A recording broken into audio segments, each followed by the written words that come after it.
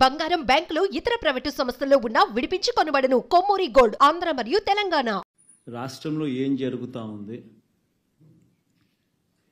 ఒకసారి గమనిస్తే రాష్ట్రం పురోగతి వైపు పోతా ఉందా లేకపోతే రివర్స్ డైరెక్షన్లో పోతా ఉందా? రాష్ట్రంలో ఉన్న ప్రతి ఒక్కరూ కూడా ఆలోచన చేయాల్సిన అవసరము చాలా ఉంది. రాష్ట్రంలో ఈరోజు హత్యలు జరుగుతూ ఉన్నాయి, అత్యాచారాలు జరుగుతూ ఉన్నాయి, ఆస్తుల ధ్వంసం జరుగుతూ ఉంది. ఎక్కడ చూసినా కూడా ఎవరైనా కేసు పెట్టడానికి పోతే ఫాల్స్ కేసెస్ రివర్స్ విక్టిమ్ మీదనే పెడతా ఉన్న పరిస్థితులు, పోలీసులు ప్రేక్షక పాత్ర పోషిస్తూ ఉన్న పరిస్థితులు, ప్రశ్నించడానికి ఏ స్వరం కూడా ఉండకూడదు, బయటికి అడుగు పెట్టకూడదు అన్న దృక్పథంతో ఈరోజు అణిచివేసే ధోరణితో ఈరోజు ప్రభుత్వం పరిపాలన కొనసాగిస్తూ ఉంది. నిజంగా చూస్తే చాలా బాధ కలిగించే విషయాలు ఇవన్నీ కూడా. ఎక్కడైనా కూడా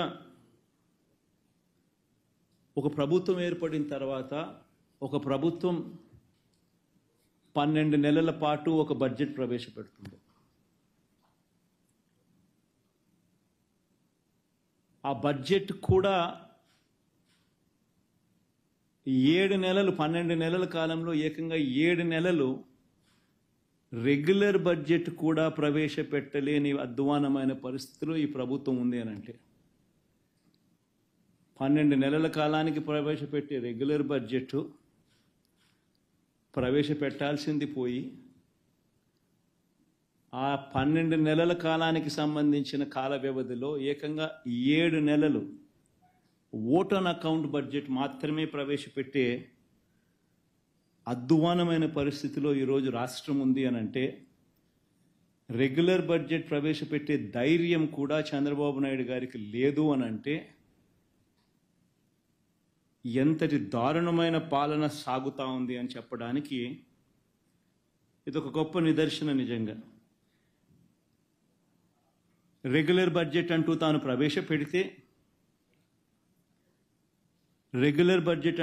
ప్రవేశపెడితే ఆ రెగ్యులర్ బడ్జెట్ ప్రవేశపెట్టేసరికి తాను ఎన్నికల వేళ మోసపూరిత హామీలు ఏదైతే తాను ఇచ్చాడో ఆ హామీలకు సంబంధించిన కేటాయింపులన్నీ కూడా ఆ రెగ్యులర్ బడ్జెట్లో చూపించాలి. ఆ రెగ్యులర్ బడ్జెట్లో తాను సూపర్ 6 అంటూ సూపర్ 10 అంటూ తాను చేసిన ఆ మోసపూరిత హామీలకు సంబంధించిన కేటాయింపులు బడ్జెట్లో కనపడకపోతే ప్రజలు రోడ్డు మీదకి వస్తారని ప్రజలు గలం విప్పుతారని అని చెప్పి ఏకంగా ఆ పరిస్థితి రాకూడదు అని తాను రెగ్యులర్ బడ్జెట్ ప్రవేశపెడితే ఆ రెగ్యులర్ బడ్జెట్లో volume 6 volume 5 which talks about రాష్ట్రానికి సంబంధించిన అప్పులు ఎంత ఉన్నాయి, స్టేట్ గవర్నమెంట్కి సంబంధించిన గ్యారంటీ డెట్ ఎంత, ఇటువంటి అంశాలు కూడా ఆటోమేటిక్లీ మెన్షన్ చేయాల్సి వస్తుంది. ఒకవేళ మెన్షన్ చేస్తే తాను అబద్ధాలు చెప్తా ఉన్నటివన్నీ కూడా ప్రజలకు తెలిసిపోతుంది అని అది కూడా చేయలేని అని కూడా ఇంకొక కారణంతో ఏకంగా రెగ్యులర్ బడ్జెటే పెట్టకోకుండా చంద్రబాబు నాయుడు గారు దాటవేస్తూ ఉన్న ధోరణి. నిజంగా ఎవరైనా కూడా రెగ్యులర్ బడ్జెట్ ప్రవేశపెడితే పథకాలకు సంబంధించి మేనిఫెస్టోకు సంబంధించి ఆయన ఇచ్చిన హామీలు ఏమిటి, ఆ హామీల మేరకు ప్రజలందరూ ఎదురు చూస్తూ ఉంటారు. ఆ పథకాలన్నీ అందులో ఉన్నాయా, ఆ పథకాల డబ్బులు మాకు వస్తాయి అని చెప్పి ఎదురు చూస్తూ ఉంటారు. అవన్నీ కూడా మోసపూరిత హామీలని ప్రజలకు తెలిసిపోతాయి అని రెగ్యులర్ బడ్జెట్ కూడా కనీసం పెట్టకుండా దాటవేస్తూ ఉన్న ధోరణి. ప్రజలెవరూ రోడ్ల మీదకి రాకూడదు అని భయానక వాతావరణం, ఫియర్ సైకోసిస్ క్రియేట్ చేస్తూ రాష్ట్రాన్ని ఏకంగా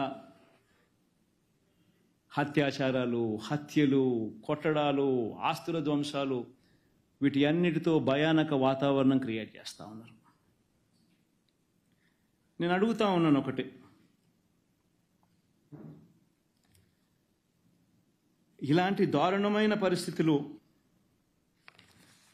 ఎలా ఉన్నాయి, ఎంత దారుణంగా ఉన్నాయి అని చెప్పి ఒకసారి గమనించాల్సిన అవసరం ఉంది. చంద్రబాబు నాయుడు గారు ఎప్పుడు కూడా ఆయన ఏ రోజైనా కూడా ఆయనకు ఒక మోడస్ ఆపరాండా ఉంటుంది. ఆ మోడస్ ఆపరాండా అనేది ఏంటంటే వంచనకు తోడు ఒక గోబెల్స్ సిద్ధాంతం, గోబెల్స్ ప్రచారం. తాను ఒక మనిషిని అప్రదిష్ట పాలు చేయాలనుకున్నా, తాను చెప్పిన మాటలన్నీ కూడా తాను తప్పాలనుకున్నా, ఒక మోడస్ ఆపరాండా అనేది తాను ఎప్పుడు కూడా ఫాలో అయ్యే కార్యక్రమం. ఆ మోడస్ ఆపరాండా ప్రకారం ముందుగానే తాను ఒక కథను సిద్ధం చేస్తాడు. ఆ కథను తాను చెబుతాడు. తన ఈనాడు, తన ఆంధ్రజ్యోతి, తన TV5 తనకు సంబంధించిన ఈ మీడియా సామ్రాజ్యాన్ని ఉపయోగించుకొని ఆ కథను ముమ్మరంగా ప్రచారం చేస్తారు. వరుసగా ఆ కథనాలే వచ్చేట్టుగా చేస్తారు. దాని మీద డిబేట్లు కూడా పెడతారు. మంత్రుల నుంచి కింద స్థాయి వరకు కూడా అయ్యే మాటలే మాట్లాడిస్తారు. మాట్లాడించిన తర్వాత ఆ డిబేట్లలో ఉన్న ఒపీనియన్స్ ఇచ్చే వాళ్ళందరూ కూడా వీళ్ళ మనుషులే, వాళ్ళు కూడా అవే ఒపీనియన్లు వచ్చేట్టుగా చేస్తారు. చేసి చివరికి ఏమంటారు, రాష్ట్రం క్లిష్ట పరిస్థితుల్లో ఉంది కాబట్టి చంద్రబాబు నాయుడు చేసే ఈ పని జస్టిఫైడ్ అని చెప్పి దాన్ని మళ్ళా వీళ్ళంతకు వీళ్ళే రాటిఫై చేసుకుంటారు. ఎగ్జాక్ట్గా ఈరోజు ఇదే జరుగుతూ ఉంది. చంద్రబాబు నాయుడు అనే వ్యక్తి ఈ మోడస్ ఆపరాండా సొంత మామ ఎన్టీ రామారావు గారిని వెన్నుపోటు పొడిచి ఆయన పార్టీని లాగేసుకున్నప్పుడు ఇదే మోడస్ ఆపరాండా. అప్పుడు పాపం లక్ష్మీపార్వతి గారిని నాశనం చేసేశారు. చంద్రబాబు నాయుడు గారు బీజేపీతో పోవాలనుకున్నప్పుడు ఇదే మోడస్ ఆపరాండా. బీజేపీని మళ్ళీ తన్నేటప్పుడు కూడా మళ్ళీ ఇదే మోడస్ ఆపరాండా. సిమిలర్లీ ఎన్నికలప్పుడు వాగ్దానాలు ఇచ్చేటప్పుడు ఇదే మోడస్ ఆపరాండా. ఎన్నికలలో వాగ్దానాలు ఎగరగొట్టేటప్పుడు కూడా మళ్ళీ ఇదే మోడస్ ఆపరాండా. ఈరోజు ఇదే మోడస్ ఆపరాండా మళ్ళీ కొనసాగుతూ ఉంది. ఈరోజు మొట్టమొదటిసారిగా ఈ మధ్యకాలంలో చంద్రబాబు నాయుడు గారు ఈ మోడస్ ఆపరాండాను ఇంప్లిమెంట్ చేస్తూ తాను ఈ మధ్యకాలంలో తాను మొదటి స్టోరీ ఈ మధ్యకాలంలో మనందరికీ కూడా బాగా పరిచయం చేసిన స్టోరీ, రాష్ట్రం ఆర్థికంగా ధ్వంసం అయిపోతూ ఉంది అన్న స్టోరీ. అందుకనే నేను రెగ్యులర్ బడ్జెట్ కూడా ప్రవేశపెట్టలేకపోతా ఉన్నాను. రాష్ట్రం ఆర్థికంగా ధ్వంసం అయిపోయిన పరిస్థితిలో ఉంది అని కూడా చెప్పుకొచ్చే కార్యక్రమం జరుగుతూ ఉంది. ఇవన్నీ కూడా మనం చూస్తూనే ఉన్నాం. ఈ మాదిరిగా నిజంగా రాష్ట్రం ఆర్థికంగా ధ్వంసం నిజంగానే అయిపోతా ఉందా, అయ్యిందా అని ఒక్కసారి గమనిద్దాం. ఒకసారి నిజంగా మనం కూడా వాస్తవాలు కూడా ఒకసారి మన ద్వారా, ఎందుకనంటే ఇవన్నీ కూడా ఏమిటంటే సమస్య ఏంటంటే ఇవన్నీ కూడా ప్రజలకు తెలియాల్సిన అవసరం ఉంది, ప్రజలు ఆలోచన చేయాల్సిన అవసరం ఉంది. మరీ ముఖ్యంగా బాధ్యత కలిగిన విలేకరులుగా ఉన్న మీరు, బాధ్యత కలిగిన మీడియా హౌసెస్గా ఉన్న మీరు ప్రజల దగ్గరికి తీసుకొని పోవాల్సిన వాస్తవాలు కూడా ఇవన్నీ. నిజంగా ఒకసారి గమనిస్తే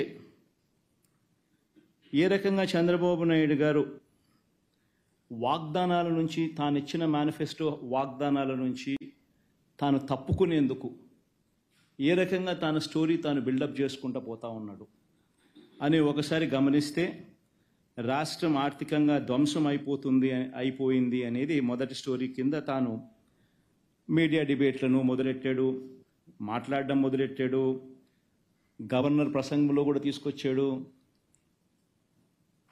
ఇవన్నీ కూడా మొదలెట్టాడు. ఒక్కసారి గమనిద్దాం. ఒకసారి ఎన్నికల దగ్గర నుంచి చంద్రబాబు నాయుడు గారు ఇంతకుముందు ఊదరగొడుతూ మాట్లాడిన మాటలు ఏమిటి?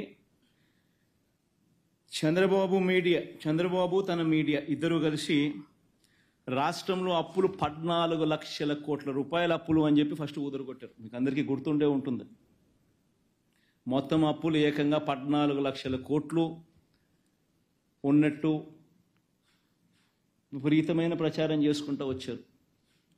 మొట్టమొదటగా ఒకవైపున 14 లక్షల కోట్ల అప్పులు ఉన్నాయని ఒకవైపున చెప్పుకుంటూనే మరోవైపున సూపర్ 6 అన్నారు, సూపర్ 7 అన్నారు, సూపర్ 10 అన్నారు. అవన్నీ మళ్ళీ సపరేట్గా వాటికి సంబంధించిన ప్రచారం మళ్ళీ సపరేట్గా ఇచ్చుకుంటూ వచ్చారు. చివరికి చంద్రబాబు నాయుడు ముఖ్యమంత్రి అయినాడు. ఎన్నికల్లో తాను చెప్పిన మేనిఫెస్టో హామీలను అమలు చేయాలి అని చెప్పి ప్రజలందరూ కూడా అడుగుతూ ఉన్నారు. అడగడం మొదలు పెట్టేసరికి చంద్రబాబు నాయుడు గారికి మళ్ళీ ఈ 14 లక్షల కోట్లు తాను చెప్పింది గట్టిగా ముందుకు తీసుకొని పోవాల్సిన అవసరం ఉంది అని చెప్పి గోబెల్స్ ప్రచారంలో భాగంగా మళ్ళీ అడుగులు వేగంగా ముందుకు వేశాడు. కానీ వాస్తవం చెప్పాలంటే అక్కడ 14 లక్షల కోట్లు ఉందే అసలు ఫస్ట్ అప్పు లేనిది ఉన్నట్టుగా తను ఎట్ట చెప్పగలుగుతాడు? ఇప్పుడు ముఖ్యమంత్రి అయిన తర్వాత బడ్జెట్ డాక్యుమెంట్స్లో ఇవన్నీ చూపించక తప్పదు. కాబట్టి చూపించలేని పరిస్థితి వచ్చేసరికి చంద్రబాబు నాయుడు గారు పడరాని పాటలనే పడతా ఉన్నాడు. ఇప్పటికే అధికారులను 2 సార్లు రివ్యూ అన్నాడు, అధికారులను ట్రాన్స్ఫర్లు అన్నాడు, రివ్యూ మీటింగ్స్ అన్నాడు, రకరకాల పద్ధతుల్లో చేసుకుంటూ వచ్చి చివరికి గవర్నర్ గారి ప్రసంగానికి వచ్చేసరికి 14 లక్షల కోట్లు కాస్త 10 లక్షలకు తగ్గించాడు. పోనీ ఆ 10 లక్షల కోట్లైనా కూడా పోనీ గవర్నర్ గారితో అయ్యైనా నిజాలు చెప్పించాడంటే అది లేదు. ఒకసారి నిజంగా రాష్ట్రంలో అప్పుల పరిస్థితి ఏమిటి అని చెప్పి ఒక్కసారి గమనిద్దాం.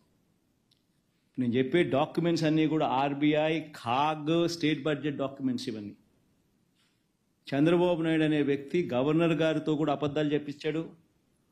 వైట్ పేపర్స్తో మరీ దారుణమైన అబద్ధాలు ఆడుతూ ఉన్నాడు. బడ్జెట్ అనేది రెగ్యులర్గా ప్రవేశపెడితే రెగ్యులర్ బడ్జెట్లో వాల్యూమ్ 5 అండ్ వాల్యూమ్ 6లో ఇవన్నీ కూడా మెన్షన్ చేయక తప్పదు అని తెలిసి రెగ్యులర్ బడ్జెట్ కూడా ప్రవేశపెట్టుకోకుండా దాన్ని కూడా దాటేసే కార్యక్రమం జరుగుతూ ఉంది. ఒకసారి గమనిస్తే రెగ్యులర్ అప్పులు ఎంత ఉన్నాయని చెప్పి ఒకసారి గమనిస్తే నిజంగా ఈ డాక్యుమెంట్ ఒకసారి చూడాల్సిన అవసరం ఉంది. ఒకసారి అప్పులు ఎంత ఉన్నాయని చెప్పి గమనిస్తే 14 లక్షలు కాదు, 10 లక్షల కోట్లు కాదు, వాస్తవ అప్పులు ఎంత ఉన్నాయని చెప్పి చూస్తే స్టేట్ గవర్నమెంట్కి సంబంధించిన డైరెక్ట్ గవర్నమెంట్ డెట్ ఇది కూడా ఏంది, నేను మార్చ్ 31 దాకా కూడా తీసుకోవడం లేదు, జూన్ దాకా తీసుకుంటున్నా. చంద్రబాబు నాయుడు ప్రభుత్వం తీసుకునే దాకా కూడా మన అకౌంట్లోకే వేసుకుంటున్నాం ఇంకా గ్రేస్ఫుల్గా. సో అందాక తీసుకుంటే కూడా చూసుకుంటే గవర్నమెంట్ డెట్ 5,18,000 కోట్ల రూపాయలు. చంద్రబాబు నాయుడు గారు అధికారంలోకి రాకమునుపు 1,18,051 కోట్ల అప్పు ఉంటే చంద్రబాబు నాయుడు దిగిపోయే టయానికి 2,71,798 కోట్ల రూపాయల అప్పులు గవర్నమెంట్ డెట్ అయితే 5,18,000 కోట్లు మన హయాం జూన్లో ముగిసే టయానికి పెరిగిన దాకా పోయిన అప్పులు. అంటే చంద్రబాబు నాయుడు గారు అధికారంలోకి వచ్చేసరికి 1,18,000, ఆయన అధికారంలోకి దిగిపోయేసరికి 2,71,000, మనం అధికారం మొదలుపెట్టేసరికి 2,71,000, మనం అధికారం దిగిపోయేసరికి 5,18,000 కోట్ల రూపాయలు అప్పులు. అంటే రాష్ట్రం మొత్తానికి ఈరోజు జూన్ 2024లో ఎంత అప్పులు ఉన్నాయి రాష్ట్రానికి అప్పులు అంటే 5,18,000 కోట్ల రూపాయల అప్పులు ఉన్నాయి. ఈ అప్పుకు స్టేట్ గవర్నమెంట్ గ్యారంటీడ్ డెట్ కూడా కలుపుకుందాం. అబ్బా లిబరల్గా పోదాం, ఇంకా మనం చాలా లిబరల్గా ఆలోచన చేద్దాం, లిబరల్గా పోదాం. స్టేట్ గవర్నమెంట్ గ్యారంటీడ్ డెట్ కూడా కలిపేసుకుందాం. స్టేట్ గవర్నమెంట్ గ్యారంటీడ్ డెట్ కూడా కలుపుకుంటే అంటే ఈ సివిల్ సప్లైస్ కార్పొరేషన్లకు ఇటువంటి వాటికి అన్నిటికీ కూడా గవర్నమెంట్ గ్యారంటీ ద్వారా అప్పులు తెచ్చుకుంటే అటువంటివన్నీ కూడా కలుపుకుంటే చంద్రబాబు నాయుడు గారు అధికారంలోకి రాకమునుపు ఆయన హయాంలో స్టార్ట్ అయ్యేసరికి 5,744 కోట్లుంటే ఆయన హయాం ముగిసే టయానికల్లా అవి కాస్త 50,000 కోట్లకు ఎగబాకుతే మన హయాం స్టార్ట్ అయ్యే టయానికి 50,000 కోట్ల రూపాయలుతో మొదలెడితే మన హయాం ముగిసేసరికి అటువంటి అప్పులు 106,000 కోట్లకు ఎగబాకాయి. రాష్ట్రంలో ఇవాళ అటువంటి అప్పులు కూడా కలుపుకుంటే మరో 106,000 కోట్ల రూపాయలు కనిపిస్తూ ఉన్నాయి. పోనీ ఇంకా లిబరల్గా పోదాం, గవర్నమెంట్ గ్యారంటీ లేనేటివి కూడా కలుపుకుందాం. గవర్నమెంట్ పరంగా పవర్ జనరేటర్స్ లాంటి వాళ్లకు పేయబుల్స్ కూడా లెక్కేసుకుందాం. అవి కూడా లెక్కేసుకుంటే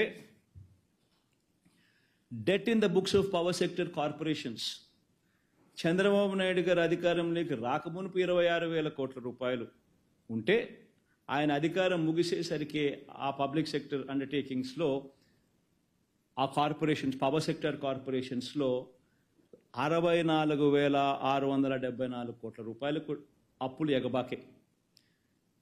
పవర్ డ్యూస్ పవర్ జనరేటర్స్ కానీ కట్టాల్సిన బకాయిలు మరో 21,000.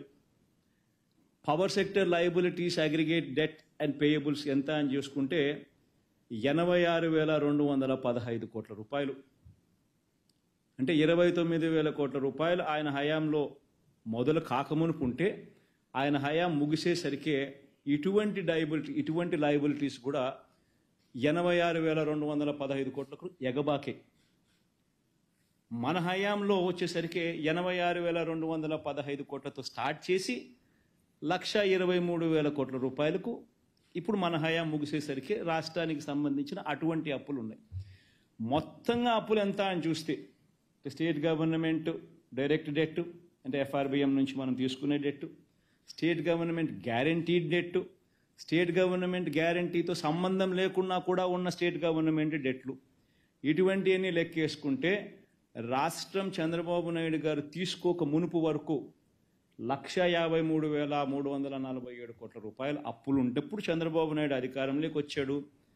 అది కాస్త చంద్రబాబు నాయుడు గారు అధికారంలోకి దిగిపోయేసరికి 4,08,000 కోట్ల రూపాయలకు ఎగబాకింది.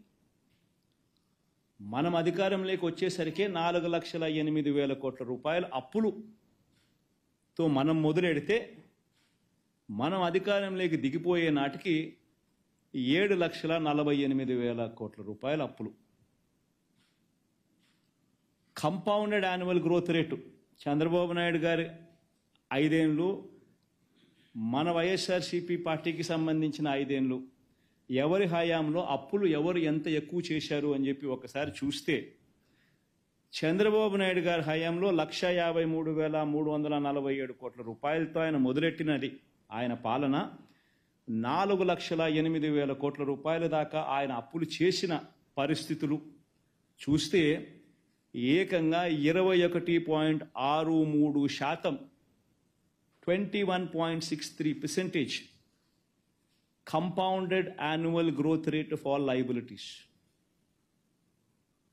మన హయాంలో 4,08,170 కోట్ల రూపాయలతో మొదలెడితే 7,48,000 కోట్ల రూపాయలకు ఇప్పుడు ఉన్న పరిస్థితులను లెక్కేసుకుంటే compounded annual growth rate of liabilities ఎంత అంటే 12.90% మాత్రమే.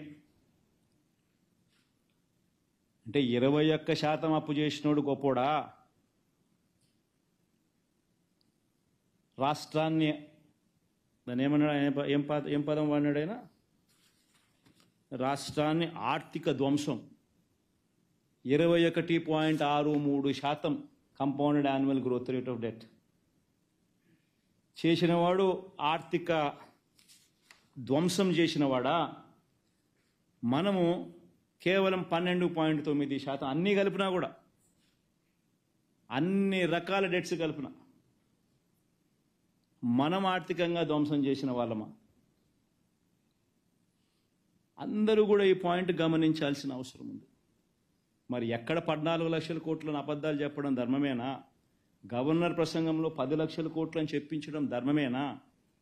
ఉన్నవి అన్ని రకాల అప్పులు కూడా లెక్కేసుకున్నా కూడా including payables to power generators, అటువంటివి కూడా కలుపుకున్నా కూడా కేవలం 7,48,000 మాత్రమే ఉండడం వాస్తవం అయితే ఈ మాదిరిగా తప్పుడు లెక్కలు చెప్పడం ధర్మమేనా? ఇన్ఫ్యాక్ట్ రాష్ట్రానికి సంబంధించిన ఆర్థిక వ్యవహారాలకు సంబంధించిన విషయాల మీద కేంద్ర ప్రభుత్వం రిలీజ్ చేసిన ఎకనామిక్ సర్వే ఆంధ్ర రాష్ట్రానికి సంబంధించిన పారాగ్రాఫ్ ఒకసారి చూస్తే ఆంధ్ర రాష్ట్రాన్ని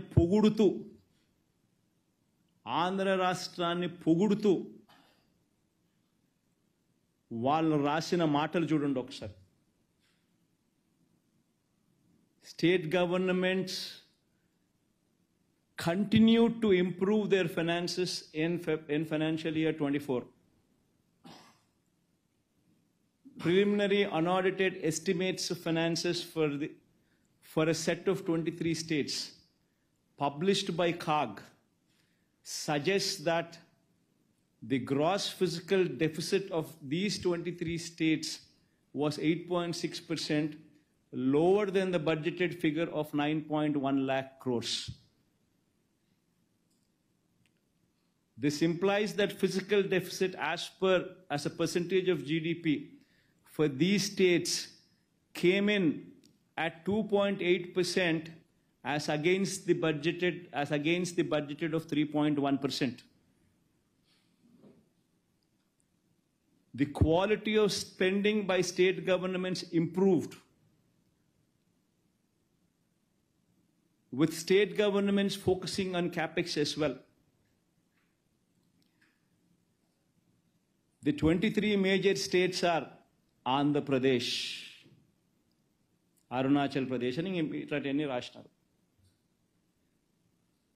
మనము కేటాయింపులు, మనం బడ్జెట్లు మన ద్వారా మనకు ఇచ్చే అవకాశం, FRBM ద్వారా మనకు అవకాశం ఉండి మనల్ని బారో చేసుకునే అవకాశం మనకి ఇచ్చిన దాన్ని కూడా ఇంకా తక్కువ తీసుకున్నాం ఇచ్చిన దానికన్నా కూడా.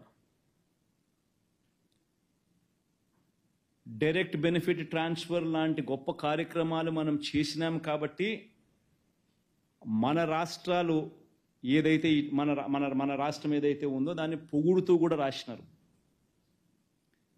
క్వాలిటీ గురించి కూడా, quality of spending by state governments improved అని కూడా కితాబ్ ఇచ్చినారు. ఒకసారి రాష్ట్రానికి సంబంధించిన మార్చ్ 2024 దాకా ఇది this is data from RBI, అంతే కదా కృష్ణ?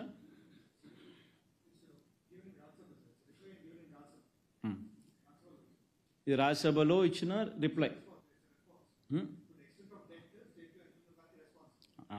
రాజ్యసభలో ఇచ్చిన రెస్పాన్స్కి రెస్పాన్స్ ఇది. దీంట్లో ఆంధ్రప్రదేశ్ డెట్ ఎంత అని చెప్పి మార్చ్ 2024 దాకా చూస్తే 4,85,000 కోట్లు. నేను ఇంకా జూన్ వరకు తీసుకున్నా కాబట్టి ఇంకా పెంచిన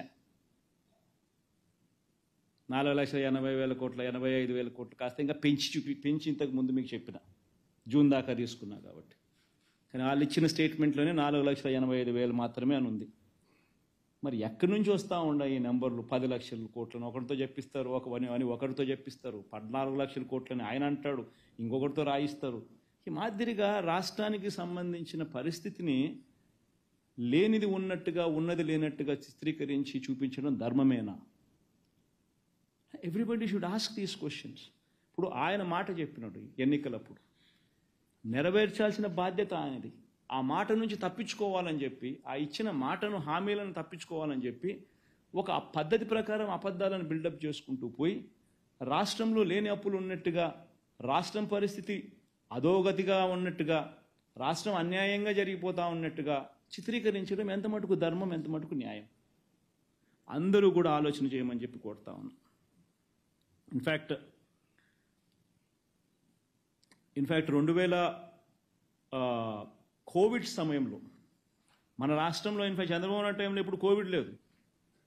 మనం కోవిడ్ సమయంలో ఉండి కూడా మన పర్ఫార్మెన్స్ ఇది. కోవిడ్ సమయంలో ఉన్నప్పటికీ కూడా మనం చంద్రబాబు నాయుడు గారి హయాంలో కన్నా మన హయాంలో ఇంకా తక్కువ డెట్స్ తీసుకున్నాం.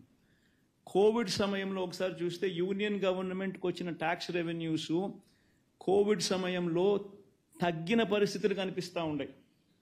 2019, 2020 చూస్తే కోవిడ్ సమయంలో -3.38% growth rate gross tax revenues collections. 2020-21లో నెక్స్ట్ ఆ తర్వాత ఫాలోయింగ్ ఇయర్లో మళ్ళీ 20,27,104 కోట్లే. అప్పటికి 0.85% పెరుగుదల growth rate in gross tax revenues. మామూలుగా చూస్తే చంద్రబాబు నాయుడు గారు అధికారంలో ఉన్నప్పుడు అధికారంలో ఉన్నప్పుడు కానీ జగన్మోహన్ రెడ్డి సంబంధించిన కోవిడ్ టైం తీసేస్తే మామూలుగా గ్రోత్ రేట్ అనేది ఖచ్చితంగా 18%, 17% ఆ రకంగా గ్రోత్ రేట్ ఉంటుంది గ్రాస్ ట్యాక్స్ రెవెన్యూస్ కలెక్టెడ్ అనేది. అటువంటిది 2 సంవత్సరాలు కోవిడ్ వల్ల కేంద్రానికి రావాల్సిన గ్రాస్ ట్యాక్స్ రెవెన్యూస్ 2019-20లో -3.38%, 2020-21లో 0.85% గ్రోత్ రేట్ మాత్రమే నమోదైన పరిస్థితి. అటువంటి పరిస్థితిలో దాని ఇంపాక్ట్ ఏమిటో తెలుసా? రాష్ట్రానికి వచ్చే డెవల్యూషన్స్ తగ్గుతాయి. రాష్ట్రానికి వచ్చే డెవల్యూషన్స్ చంద్రబాబు నాయుడు గారి హయాంలో రాష్ట్రానికి 3.72% షేర్ ఆఫ్ జిఎస్డిపి రాష్ట్రానికి వస్తే మన హయాంలో షేర్ ఆఫ్ డెవల్యూషన్స్ రాష్ట్రానికి వచ్చింది జిఎస్డిపిలో కంపేర్ చేస్తే కేవలం 2.92%.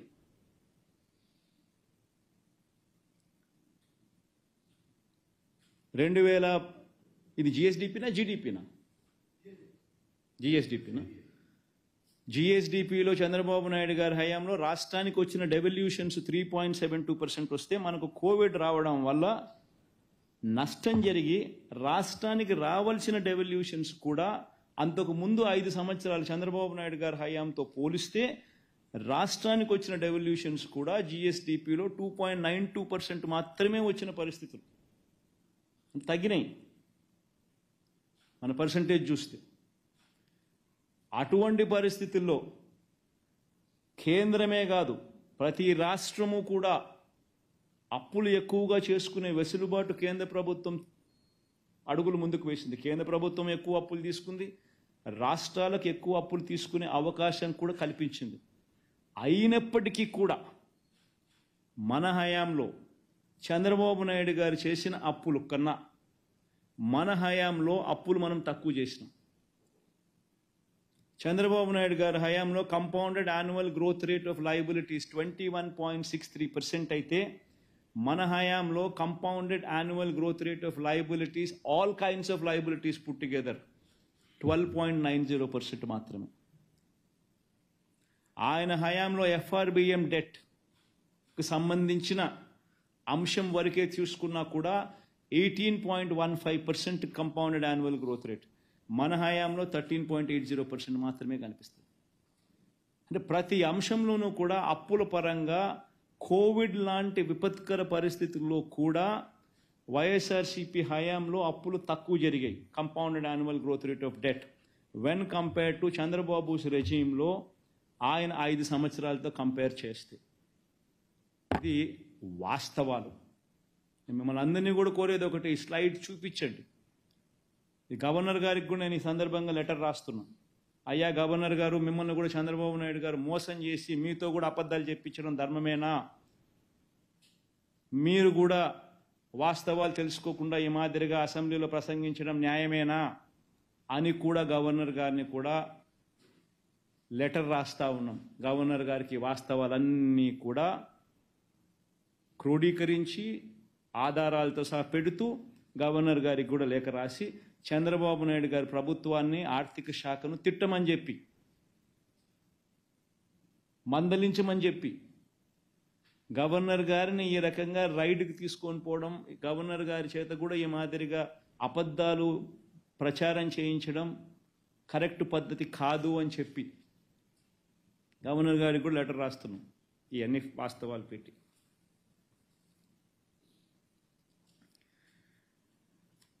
ఇవన్నీ కూడా ఎందుకు చెప్పాల్సి వస్తూ ఉందనంటే కోవిడ్ లాంటి విపత్కర పరిస్థితుల్లో కూడా ఇన్ఫ్యాక్ట్ మేము అధికారంలోకి వచ్చేసరికి 2019 మే 30న మేము అధికారంలోకి వచ్చేసరికి అప్పటిలో రాష్ట్ర ఖజానాలో కేవలం 100 కోట్ల రూపాయలు. #1 డిజిటల్ నెట్వర్క్ మనం టీవీలో యాడ్స్ ఇవ్వాలనుకుంటున్నారా? ఇంకెందుకు ఆలస్యం? డెవలప్మెంట్ మీది, ఆ బాధ్యత మాది. వెంటనే ఈ నెంబర్కి కాల్ చేయండి.